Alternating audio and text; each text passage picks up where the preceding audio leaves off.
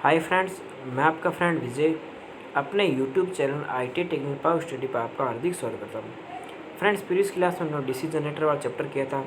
आज की क्लास में हम एसी सर्किट थ्योरी वाला चैप्टर करेंगे। तो फ्रेंड्स, अगर अभी तक आपने हमारे चैनल को सब्सक्राइब नहीं किया तो चैनल को सब्सक्राइब कर लीजिए, और अगर वीडियो आपको पसंद आए तो अधिक से अधिक लाइक, शेयर और कमेंट कीजिए।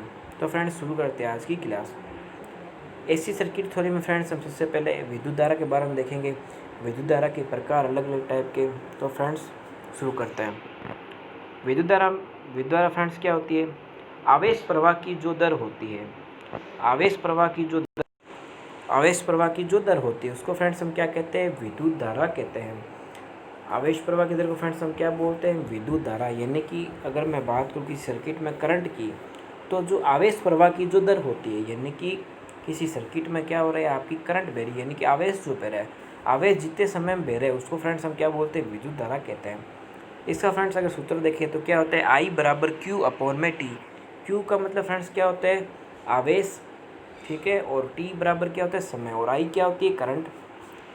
अब फ्रेंड्स, इसकी हम नेक्स्ट यूनिट देख लेते हैं कि इसकी यूनिट क्या होती है। तो फ्रेंड्स, यूनिट का मीन्स क्या होता है? पहली बात कर ले, यूनिट मतलब क्या होता है? मात्रक। तो इसका मात्रक फ्रेंड्स क्या होता है? एम्पियर या कूलाम पर सेकंड होता है। अगर फ्रेंड्स मैं बात करूँ कूलाम पर सेकंड, सूत्र कैसा आता है?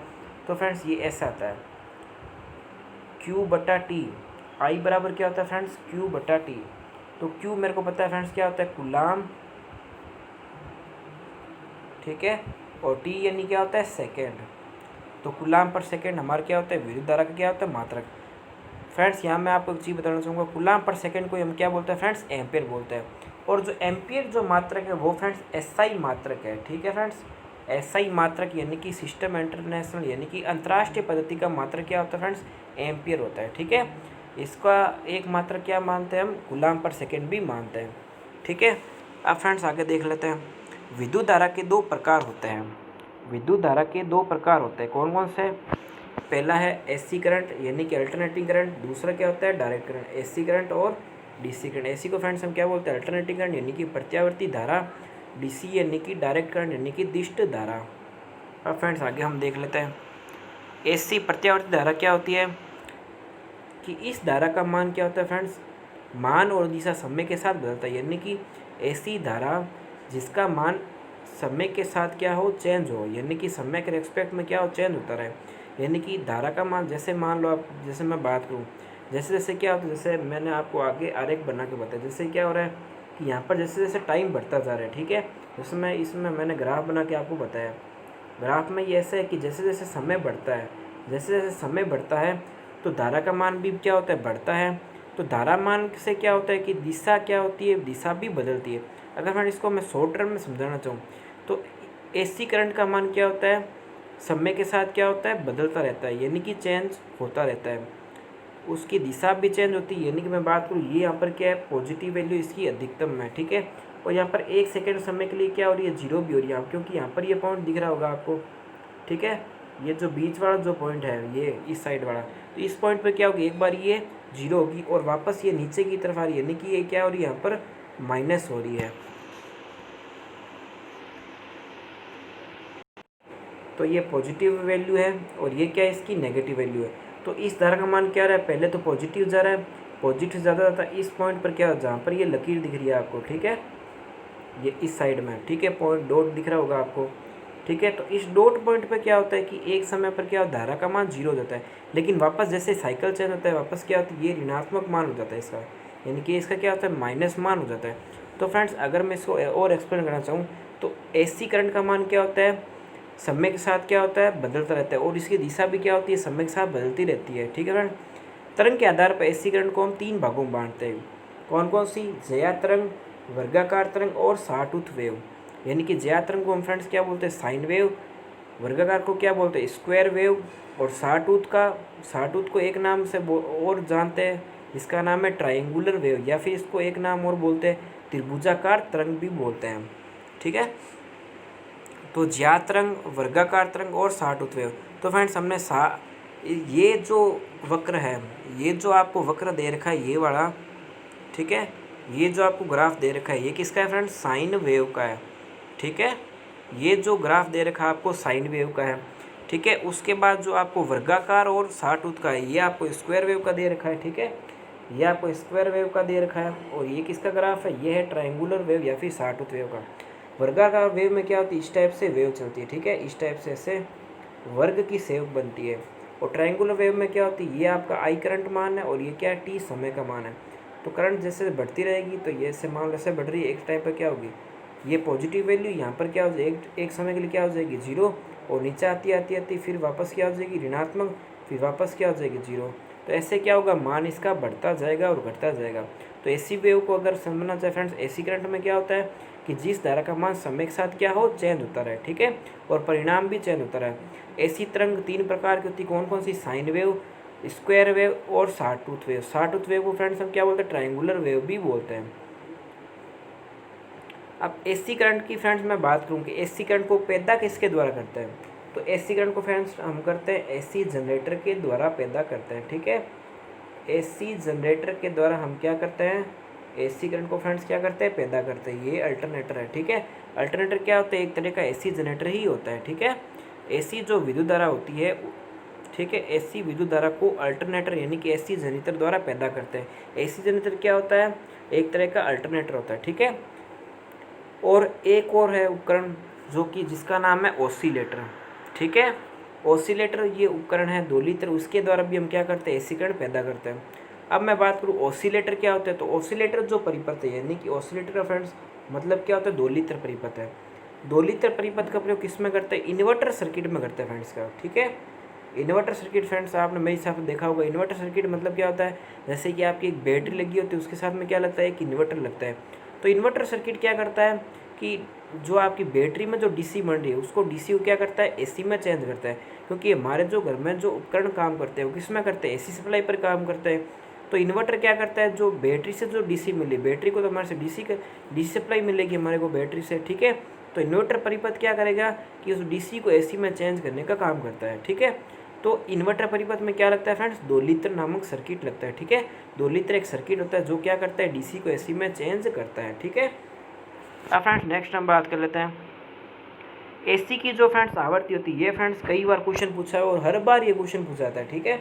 तो क्वेश्चन इंपॉर्टेंट है, आप जरूर इसको नोट डाउन कीजिए। इस पर आप चाहे तो स्टार पॉइंट भी लगा सकते हैं।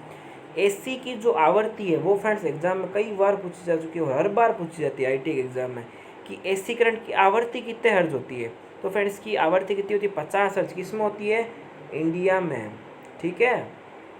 इंडिया यानी कि अपने भारत देश में क्या होती है, एसी करंट की आवृत्ति कितनी होती है फ्रेंड्स, 50 हर्ट्ज होती है। और अगर मैं बात करूँ आउट ऑफ इंडिया यानी कि विदेशों में, तो वो कितनी होती है फ्रेंड्स, 60 हर्ट्ज होती है, ठीक है। 60 हर्ट्ज क्या होती है, करंट होती है। 60 हर्ट्ज यानी कि फ्रीक्वेंसी होती है, ठीक है। आगे फ्रेंड्स मैं आपको फ्रीक्वेंसी के बारे में बताऊंगा डिटेल से, फ्रीक्वेंसी क्या होती है।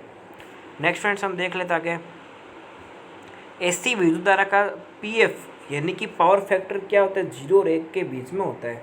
अब फ्रेंड्स आपके दिमाग में क्वेश्चन होगा कि सर पीएफ क्या चीज़ होती है, ठीक है। पीएफ क्या होता है, पावर फैक्टर क्या होता है कि जो वोल्टेज होती है और करंट होती है उसके बीच का जो एंगल होता है उसको फ्रेंड्स हम क्या बोलते हैं, पावर फैक्टर बोलते हैं। इसके बारे में भी फ्रेंड्स आगे हम डिटेल से इसी चैप्टर में पढ़ेंगे, ठीक है।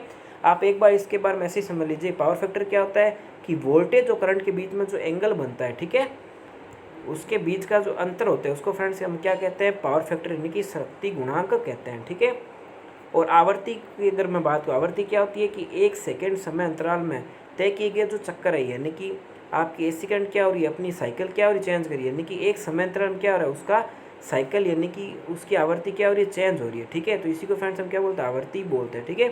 कि तय किए गए चक्कर जो होते हैं उसको फ्रेंड्स हम क्या बोलते हैं, आवृत्ति के, यानी कि हमारे पास एक निश्चित समय दे रखा है कि मान लो मैं अगर बात करूँ 1 मिनट में कितनी बार पॉजिटिव टू नेगेटिव हो रही है, तो इसी को फ्रेंड्स हम क्या बोलते हैं, फ्रीक्वेंसी बोलते हैं, ठीक है। तो उम्मीद आपको इसे समझना होगा। तो फ्रेंड्स एसी विद्युत धारा जो होती है उसका पावर फैक्टर कितना होता है, 0 और 1 के बीच में होता है। तो फ्रेंड्स ये आप जरूर ध्यान रखिएगा कि एसी करंट का पावर फैक्टर कितना होता है। तो ये फ्रेंड्स कितना होता है, 0 और 1 के बीच में होता है। या तो 0 होगा, 0 से समथिंग हो सकता है, 1 से अधिक कभी भी नहीं हो सकता, ठीक है। 0 से कम कभी नहीं होगा और 1 से ज़्यादा कभी नहीं होगा, यानी कि 0 और 1 के बीच में ही होगा, ठीक है। अब फ्रेंड्स बात कर लेते हैं एसी परिपथ में शक्ति की बारे में, ठीक है। एसी परिपथ में शक्ति की कैसे गणना करते हैं। तो फ्रेंड्स एसी परिपथ शक्ति गणना कैसे करते हैं, P is equal to V I cos five, P is equal to V I cos five. P इसमें क्या होता है फ्रेंड्स, पावर यानी कि शक्ति होती है। V बराबर क्या होता है, वोल्टेज। V यानी क्या होता है, वोल्टेज। I बराबर क्या होती है फ्रेंड्स, धारा। कोज फाइव क्या होता है फ्रेंड्स, पावर फैक्टर। यानी कि मैंने आपको बताया था पावर फैक्टर क्या होता है, वोल्टेज और करंट के बीच का जो अंतर होता है, यानी कि एंगल जो बनता है उसको फ्रेंड्स हम क्या बोलते हैं, पावर फैक्टर बोलते हैं। ठीक है, तो ऐसी परिमेय शक्ति गणना कैसे करते हैं, P बराबर वी आई कोज फाइव। अगर फ्रेंड्स बात होती है डीसी की, तो डीसी सर्किट में कैसे निकलती, P बराबर वी आई से। ठीक है, तो डीसी सर्किट में आगे हम इसकी शक्ति गणना भी देखेंगे। तो अभी यहाँ पर हमारे साथ बात चली एसी सर्किट की, तो एसी सर्किट कैसे निकालते हैं, P बराबर वी आई कोज फाइव। तो उम्मीद है फ्रेंड्स आपको अच्छे से समझ में आ रहा होगा। अगर फ्रेंड्स आपको वीडियो पसंद आ रहा है तो आप ज़रूर अपने फ्रेंड्स को वीडियो ज़रूर भेजिए और वीडियो को थम्स अप ज़रूर कीजिए, लाइक ज़रूर कीजिए, ताकि हमारे को और ज़्यादा मोटिवेशन मिल सके। अब फ्रेंड्स नेक्स्ट आगे हम देख लेते हैं डीसी दिष्ट धारा। इस विद्युत धारा का मान फ्रेंड्स क्या होता है, मान और प्रवाह दिशा हमेशा क्या रहती है, समान रहती है। एसी करंट में हमने क्या देखा था कि विद्युत धारा का मान क्या हो रहा था, समय के साथ क्या हो रहा था, चेंज हो रहा था। यानी कि एक बार वो क्या हो रही थी, जैसे मैंने बताया था एसी करंट, जैसे मान लो ये हमारे पास ये ग्राफ है, अब ये क्या हो रही थी, एक बार पॉजिटिव हो रही थी, एक बार जीरो, फिर ये क्या हो रही थी, नेगेटिव हो रही थी। ठीक है, तो ये इसकी क्या है, पॉजिटिव वैल्यू है, और ये किसकी क्या है, नेगेटिव वैल्यू। यहाँ पर एक समय अंतराल क्या होती है, ये जीरो होती है। ठीक है, यहाँ पर जीरो मान आप ग्राफ में दर्शाती हो, तो एक पल के लिए क्या होती है, पॉजिटिव टू नेगेटिव, तो इसकी वेव क्या होती है, चेंज होती रहती है। तो ये किसकी विशेषता है, एसी करंट की होती है। लेकिन डीसी करंट में क्या नहीं होता, डीसी करंट में प्रवाह दिशा हमेशा क्या रहती है, समान रहती है। ठीक है, तो एसी और डीसी में मेन डिफरेंस यही होता है। ठीक है फ्रेंड्स, अब फ्रेंड्स नेक्स्ट आगे हम देख लेते हैं कि डीसी विद्युत धारा को प्राप्त किससे करते हैं। ठीक है, डीसी विद्युत धारा को किससे प्राप्त करते हैं फ्रेंड्स, हम सेल, बैटरी, जनित्र और डायनेमो से करते हैं। किस से, सेल क्या देता है हमारे को, डीसी करंट देता है, बैटरी भी क्या देती है, डीसी करंट देती है, जनरेटर जो होता है, जनरेटर कौन सा जनरेटर है यहाँ पर, डीसी जनरेटर, जो कि क्या देता है, डीसी सप्लाई देता है। उसके अलावा डायनेमो, डायनेमो क्या होता है फ्रेंड्स, एक तरह का डीसी जनरेटर ही होता है। डायनेमो का यूज हम किस में करते हैं, जो हमारे व्हीकल्स जो होते हैं, यानी कि वाहन जो होते हैं, ठीक है, वाहनों में हम क्या करते हैं, करंट पैदा करने के लिए डायनेमो का यूज करते हैं। गाड़ियों वगैरह में, मोटरसाइकिल में, जो भी आपकी बाइक वगैरह होती है, तो उनमें क्या लगता है, डायनेमो लगता है। डायनेमो क्या करता है, जैसे आपका व्हील होता है, जो गाड़ी का पहिया होता है, वो क्या करता है, करंट जनरेट करता है, तो उसके साथ में क्या रहता है, डायनेमो की कपलिंग रहती है। तो डायनेमो जैसे घूमता है तो क्या रहता है, डीसी करंट देता है। ठीक है, तो डायनेमो किस में लगता है, ऑटोमोबाइल जो सेक्टर होता है, ऑटोमोबाइल यानी कि गाड़ियाँ वगैरह होती है, उसमें क्या लगता है, डायनेमो यानी कि डीसी जनरेटर लगता है। ठीक है फ्रेंड्स, अब फ्रेंड्स हम आगे देख लेते हैं डीसी विद्युत धारा की जो आवृत्ति होती है, यानी कि दिष्ट धारा की जो आवृत्ति होती है, वो फ्रेंड्स आप जरूर ध्यान रखिएगा। एसी की मैंने आपको फ्रीक्वेंसी यानी कि आवृत्ति बताई थी, कितनी होती है फ्रेंड्स, 50 हर्ट्ज होती है। लेकिन डीसी की कितनी होती है, 0। तो आप जरूर ध्यान रखिए कि डीसी की आवृत्ति कितनी होती है, 0 हर्ट्ज होती है। ठीक है, 0 हर्ट्ज होती है। अब फ्रेंड्स नेक्स्ट हम देख लेते हैं डीसी करंट का पावर फैक्टर कितना होता है। डीसी करंट का पावर फैक्टर हमेशा क्या होता है, 1 होता है, यानी कि इसका मान हमेशा क्या रहेगा, मैक्सिमम ही रहेगा। कभी नेगेटिव मान होता ही नहीं है, इसका मान हमेशा क्या रहता है, हमेशा मैक्सिमम मान ही रहता है डीसी धारा का। ठीक है, इसलिए क्या होता रहता है, इसका पावर फैक्टर हमेशा क्या रहता है, इकाई पावर फैक्टर जब किसी सर्किट का होता है तो क्या होता है, उसमें शक्ति लॉस कम से कम होता है। ठीक है, आगे फ्रेंड्स हम देख लेते हैं डीसी परिपथ में शक्ति की गणना। अब फ्रेंड नेक्स्ट हम देख लेते हैं डीसी परिपथ में शक्ति की गणना कैसे करते हैं। डीसी परिपथ में फ्रेंड्स हम शक्ति की गणना कैसे करते हैं, P बराबर वी आई कोज फाइव के फॉर्मूले से क्या करते हैं हम, डीसी परिपथ में क्या करते हैं,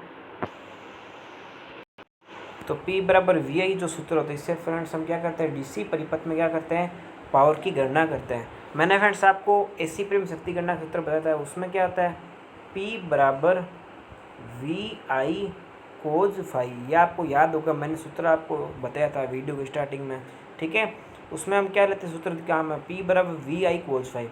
उसमें आपके एसी करंट में क्या होता है कि कोज फाइव ही एक नया फैक्टर जुड़ता है।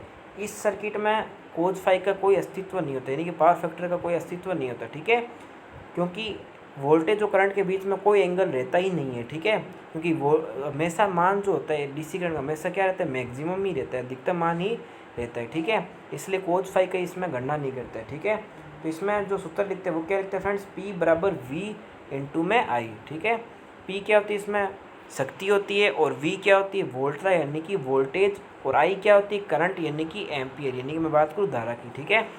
अब DC विद्युत धारा जो होती है, DC जो विद्युत धारा होती है उसमें DC जो विद्युत धारा होती है उसमें DC विद्युत धारा को बढ़ाने के लिए हम किसका यूज़ करते हैं, ठीक है। तो DC विद्युत धारा को बढ़ाने का हम फ्रेंड्स किसका यूज़ करते हैं, रोटरी बूस्टर का करते हैं। किसका यूज़ करते हैं फ्रेंड्स, हम रोटरी बूस्टर का करते हैं। अब फ्रेंड्स आपको एक चीज़ बता देता हूँ कि रोटरी बूस्टर के बारे में आपको क्वेश्चन होगा कि रोटरी बूस्टर सर क्या होता है।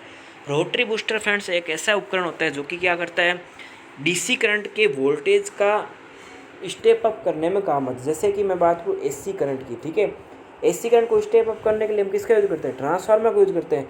लेकिन DC धारा को बढ़ाने के लिए हम किसका यूज़ करेंगे, रोटरी बूस्टर का करेंगे। यहाँ पर हम ट्रांसफार्मर का यूज़ नहीं कर सकते, क्योंकि ट्रांसफार्मर क्या करता है, AC सर्किट में ही काम करता है, DC सर्किट में ट्रांसफार्मर काम नहीं करता। अगर हम DC सर्किट में ट्रांसफार्मर को यूज लेते हैं तो क्या होता है, ट्रांसफार्मर जल जाता है, ठीक है। तो DC करंट को बढ़ाने के लिए हम क्या करते हैं फ्रेंड्स, रोटरी बूस्टर का यूज करते हैं। या फिर फ्रेंड्स एक और उपकरण आता है जिससे DC विद्युत धारा बढ़ा सकते हैं, और वो उपकरण होता है फ्रेंड्स DC सीरीज जनरेटर होता है, ठीक है। DC सीरीज जनरेटर होता है। DC सीरीज जनरेटर को फ्रेंड्स हम क्या बोलते हैं, रोटरी बूस्टर बोलते हैं एक तरीके से, ठीक है। DC सीरीज जनरेटर जो होता है DC विद्युत धारा को बढ़ाने के लिए यूज में आता है, ठीक है। अब ये तो रही फ्रेंड्स बात की वोल्टेज को बढ़ाने की। अगर वोल्टेज घटाना है यानी कि लॉस करना है तो किसका यूज करेंगे, प्रतिरोधक, यानी कि फ्रेंड्स प्रतिरोधक फ्रेंड्स मतलब क्या होता है, रजिस्टर, ठीक है। प्रतिरोधक का मतलब फ्रेंड्स क्या होता है, रजिस्टर, रजिस्टर यानी कि प्रतिरोधक। एक हमारे पास होता है प्रतिरोध और एक क्या होता है, प्रतिरोधक। मैं आपको उसमें डिफरेंस बताता हूँ फ्रेंड्स। प्रतिरोध क्या होता है, किसी सर्किट का क्या होता है, नेचुरल गुण होता है, ठीक है। प्राकृतिक जो गुण होता है किसी सर्किट का वो क्या होता है, प्रतिरोध होता है।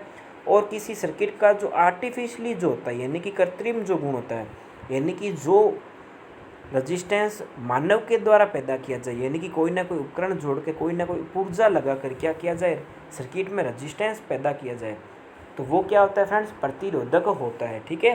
ये क्या होता है, एक ऐसा उपकरण होता है जिससे सर्किट के प्रतिरोध को बढ़ाया जाता है, तो उसको फ्रेंड्स हम क्या बोलते हैं, प्रतिरोधक रजिस्टर कहते हैं। अब फ्रेंड्स नेक्स्ट हम देख लेते हैं AC करंट के गुण क्या क्या होते हैं, उनके बारे में डिटेल्स देख लेते हैं। AC धारा को हम निम्न लागत पर क्या कर सकते हैं फ्रेंड्स, पारित कर सकते हैं।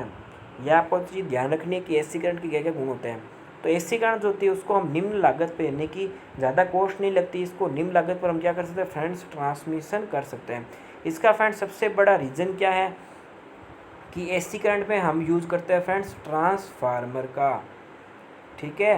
AC करंट में हम यूज़ करते हैं फ्रेंड्स ट्रांसफार्मर का। ट्रांसफार्मर का जब यूज़ करते हैं तो आसानी से वोल्टेज स्टेप अप और स्टेप डाउन दोनों हो पाता है। अगर ट्रांसफार्मर उपकरण नहीं होता है तो क्या होता है, आसानी से क्या नहीं होता, वोल्टेज ट्रांसमिशन नहीं हो सकता। ट्रांसफार्मर के द्वारा आसानी से हम क्या कर सकते हैं, वोल्टेज को स्टेप अप और स्टेप डाउन दोनों कर सकते हैं। और AC धारा की जो पारेषण जो लागत होती है वो फ्रेंड्स क्या होती है, कम होती है, हमेशा ये चीज़ ध्यान रखनी है, ठीक है। जबकि DC करंट की अगर मैं बात करूँ, DC करंट को अगर भेजना हो तो हमारे को क्या लेना पड़ता है, अधिक मोटे तार का उपयोग करना पड़ता है, ठीक है। जबकि AC करंट का हम क्या करते हैं, AC करंट जब ट्रांसमिटेड करता है, ठीक है, आगे भेजते हैं, तब हम क्या करते हैं, पतले तारों का यूज करते हैं। तब पतले तार जो कि अधिकतर हम यूज करते हैं ACSR तार होते हैं, ठीक है, एल्यूमिनियम कंडक्टर स्टील रेनफोर्स्ड एक तरह की ये क्या होती है, केबल होती है। इसमें क्या करते हैं कि एल्यूमिनियम के साथ में क्या लगाते हैं, स्टील का एक तार क्या करते हैं, एंड करके बनाते हैं। आपने घरों के ऊपर लगे हुए तार देखे होंगे तो वो क्या होते हैं, ACSR तार ही होते हैं वो, ठीक है। तो वो तार जो होते हैं वो ज़्यादा मोटे नहीं होते, तो इससे क्या होती है, लागत भी अपनी बच जाती है AC करंट की, ठीक है। तो ट्रांसफार्मर यूज करने से क्या होती है, जो अपनी लागत होती है वो क्या होती है, AC करंट की क्या होती है, कम हो जाती है, ठीक है। अब नेक्स्ट फ्रेंड्स हम बात कर लेते हैं कि AC धारा को हम क्या कर सकते हैं फ्रेंड्स, आसानी से क्या कर सकते हैं, अपचयित यानी कि स्टेप डाउन कर सकते हैं, ये मैंने आपको बताया था, और ऊंचाई कर सकते हैं। इसके लिए हम क्या करते हैं, ट्रांसफार्मर का यूज करते हैं। इसके लिए किसका यूज़ करते हैं फ्रेंड्स, हम ट्रांसफार्मर का यूज करते हैं। तो एग्जाम्स में आपसे पूछा जा सकता है कि AC धारा को स्टेप अप और स्टेप डाउन करने के लिए किस उपकरण का उपयोग किया जाता है, तो किसका यूज किया जाता है फ्रेंड्स, ट्रांसफार्मर का उपयोग किया जाता है। जबकि DC करंट को आसानी से स्टेप डाउन स्टेप अप नहीं कर सकते। अगर हम स्टेप डाउन करना भी कोशिश करें फ्रेंड्स, अगर मैं बात करूँ स्टेप डाउन अगर करें भी, DC भी स्टेप डाउन होती है, कैसे होती है, रजिस्टर लगाकर, रजिस्टर यानी कि क्या होता है, प्रतिरोधक लगाकर। ठीक है, हम अलग अलग तरह के प्रतिरोधक देखते ही है कि कार्बन प्रतिरोधक होता है, अलग अलग वायर बाउंड प्रतिरोधक होता है। तो उसके यूज करने से क्या होती है, हमारी वोल्टेज तो कम हो जाती है लेकिन पावर का जो लॉस हो जाता है वो क्या होता है, बढ़ता है। यानी कि जो शक्ति व्यय होता है सर्किट का वो क्या होता है, बढ़ जाता है। ठीक है, इसलिए डीसी करंट की क्या होती है, कॉस्ट ज़्यादा बैठती है। एसी करंट की इतनी कॉस्ट नहीं बैठती क्योंकि इसमें वोल्टेज आसानी से स्टेप अप और स्टेप डाउन हो जाता है। ठीक है फ्रेंड्स, अब नेक्स्ट हम देख लेते हैं एसी धारा पर आधारित मशीनों की संरचना क्या होती है फ्रेंड्स, सरल होती है। ठीक है, एसी धारा पर जो फ्रेंड्स मशीनें जो काम करती है, हम देखते हैं कि डीसी मशीनें भी होती है और एसी मशीनें भी होती है, लेकिन हम दोनों का जब कंपैरिजन करते हैं यानी कि दोनों की जब तुलना करते हैं, एसी मशीन की और डीसी मशीन की जब हम क्या करते हैं, तुलना करते हैं, तो दोनों की तुलना में अगर देखा जाए तो दोनों में से पावरफुल जो मोटर या फिर मशीन की बात करते हैं, मोटर या मशीन अगर एसी और डीसी की तुलना करें तो एसी मशीन क्या होगी, अधिक पावर की मानी जाती है। ठीक है, अगर मैं सेम एचपी की बात करूँ, अगर मैं सेम एचपी में बात करूँ, अगर मान लो एक मैंने क्या ली है, 1 एचपी की मैंने एसी मोटर ली है, ठीक है, और 1 एचपी की मैंने क्या ली है, सेम डीसी मोटर की ली है, तो उसकी जो संरचना होगी वो डीसी मोटर की तुलना में क्या होगी, सरल होगी। और उसका जो मेंटेनेंस का काम होता है यानी कि अनुरक्षण का काम, वो भी क्या होता है, ईजी होता है। ठीक है, मोटर में आसानी से अनुरक्षण का काम कर सकते हैं, लेकिन डीसी मोटर में वही क्या होता है, मुश्किल होता है। और जो उसकी जो संरचना होती है वो भी क्या होती है, ईजी होती है, और क्या होती है, शक्तिशाली भी यानी कि पावरफुल भी ज़्यादा होती है वो डीसी मोटर की तुलना में। ठीक है, अब नेक्स्ट हम बात कर लेते हैं एसी धारा को हम क्या करते हैं, 33 केवी तक उत्पन्न कर सकते हैं। तो फ्रेंड्स, एग्जाम में एक क्वेश्चन पूछा जाता है कि भारत में अधिकतम उत्पन्न वोल्टेज कितना होता है। तो भारत में अधिकतम उत्पन्न वोल्टेज फ्रेंड्स कितना होता है, 33 केवी यानी कि 33,000 वोल्ट होता है। ठीक है, अब कईयों के बच्चों के दिमाग में क्वेश्चन होगा कि सर हम जब वोल्टेज का ट्रांसमिशन करते हैं तो हम लगभग 44 केवी या फिर 66 केवी, अब तो लगभग 440 केवी के आसपास भी क्या हो रहा है, ट्रायल हो रहा है। ठीक है, तो हम वोल्टेज तो इतना कम क्या कर रहे हैं, उत्पन्न कर रहे हैं, वोल्टेज इतना ज़्यादा भेज रहे हैं। इसका क्या रीज़न, इसका फ्रेंड्स रीज़न ये है कि जब हम वोल्टेज को ज़्यादा स्टेप अप करते हैं, ठीक है, तो ट्रांसमिशन लाइन की जो कॉस्ट बैठती है, यानी कि पारेषण लाइन का मतलब क्या होता है कि जहाँ से वोल्टेज बन रहा है, ठीक है, जहाँ पर पावर का प्रोडक्शन हो रहा है, जहाँ पर बिजली बन रही है, वहाँ से वोल्टेज को एक स्थान से दूसरे स्थान पर भेजना, तो इसकी जो लागत होती है वो क्या होती है, वोल्टेज के बढ़ाने से क्या हो जाती है, कम हो जाती है। ठीक है, तो अधिकतम उत्पन्न जो वोल्टेज है वो क्या होता है फ्रेंड्स, 33 केवी यानी कि 33,000 वोल्टेज होती है। इससे क्या होती है, हमारी उत्पादन से क्या होती है, पारेषण लागत क्या हो जाती है फ्रेंड्स, कम हो जाती है। अब फ्रेंड्स हम नेक्स्ट बात कर लेते हैं हानि की। उम्मीद है फ्रेंड्स आपको लाभ अच्छे समझ में हो गए। अब बात कर लेते हैं हम हानि की। एसी धारा में क्या होता है फ्रेंड्स, सीमित चुंबकीय प्रभाव होता है। एसी जो करंट होती है उसमें क्या होता है, जो उसका जो चुंबकीय प्रभाव होता है यानी कि क्या होता है, एक सीमित एरिया तक होता है। इसकी तुलना में अगर फ्रेंड्स मैं अगर डीसी करंट की बात करूँ, डीसी करंट से क्या होता है, हम पावरफुल चुंबक बना सकते हैं, लेकिन एसी करंट से हम पावरफुल चुंबक नहीं बना सकते। क्यों नहीं बना सकते, क्यों, एसी करंट की क्या होती है, फ्रिक्वेंसी चेंज होती रहती है समय के साथ, तो डीसी करंट में क्या होता है, अधिक शक्तिशाली चुंबक बनती है। तो एसी धारा का क्या होता है, चुंबकीय प्रभाव क्या होता है, सीमित प्रवृत्ति का ही होता है। ठीक है, अब दूसरी इसकी हानि क्या होती है कि एसी करंट के लिए अच्छे इंसुलेटर की आवश्यकता होती है ताकि झटका नहीं लगे। अगर फ्रेंड्स अच्छे इंसुलेटर का हमने यूज नहीं किया तो पारेषण लाइन में क्या होती है, उसमें झटका लगने की क्या रहती है, संभावना रहती है। और इसमें क्या रहता है कि एसी करंट में अर्थिंग करना भी अनिवार्य होता है। एसी करंट में फ्रेंड्स मैं बता दूं कि एसी करंट में अर्थिंग करना अनिवार्य होता है। अगर भारतीय विद्युत नियम के अनुसार मैं बात करूं या फिर आईएसआई नियम के अनुसार बात करें तो प्रत्येक भवन की वायरिंग के समय हमारे को अर्थिंग स्थापना करना अनिवार्य होता है। तो एसी करंट का ये सबसे बड़ी क्या होती है, इसकी ये हानि होती है। उसके अलावा एक फ्रेंड्स मैं आपको एक चीज़ बताना चाहूँगा कि जो इंसुलेशन जो लाइन होती है, अगर मैं बात करूँ हाई वोल्टेज की जो ट्रांसमिशन लाइन होती है उसमें फ्रेंड्स हम इंसुलेशन का यूज नहीं करते हैं। ठीक है, तो सर आपने अभी तो बताया कि इंसुलेशन का यूज़ करते हैं, अब आप कह रहे हो इंसुलेशन यूज़ नहीं करते हैं। तो फ्रेंड्स मैं आपको एक चीज़ बताना चाहूँगा, इंसुलेशन का हम यूज़ करते ज़रूर हैं, ठीक है, लेकिन ये एक निश्चित वोल्टेज तक ही कर सकते हैं। अगर मैं बात करूँ 66 केवी वोल्टेज की, तो 66,000 वोल्टेज पर कोई भी तरह का आप इंसुलेशन यूज कर लो वो पिघल ही जाएगा, क्योंकि हाई वोल्टेज के कारण क्या होता है, इतना वोल्टेज वो जो इंसुलेशन होती है वो सहन नहीं कर पाती। उस सिचुएशन में क्या होती है, जो शुष्क वायु जो होती है वातावरण की, वो क्या करती है, इंसुलेशन का काम करती है। तो हाई वोल्टेज जो भी लाइन आप देखते हैं उस पर कोई तरह का इंसुलेशन नहीं होता, लेकिन हम खंभों पर इंसुलेटर का यूज़ ज़रूर करते हैं। इंसुलेटर क्या करते हैं, तारों को बांधे रखने का क्या करते हैं फ्रेंड्स, काम करते हैं, जो कि क्या करते हैं, तारों को बांधने का काम करते हैं। ठीक है, इंसुलेटर से क्या होती है, एक तो क्या होती है, खंभे पर करंट भी नहीं आता और तार आसानी से भी बन जाते हैं। ठीक है, तो फ्रेंड्स उम्मीद है आपको वीडियो पसंद आया होगा। आज की क्लास यही एंड करते हैं। अगर आपको वीडियो पसंद आए तो लाइक कीजिए और शेयर कीजिए। अगर फ्रेंड्स आपको कोई भी दिक्कत आए तो आप मुझे कमेंट करके ज़रूर बताइए। अगर आपको वीडियो पसंद आए तो अधिक से अधिक इसको शेयर कीजिए। तो फ्रेंड्स मिलते हैं नेक्स्ट वीडियो में, तब तक के लिए जय हिंद जय भारत।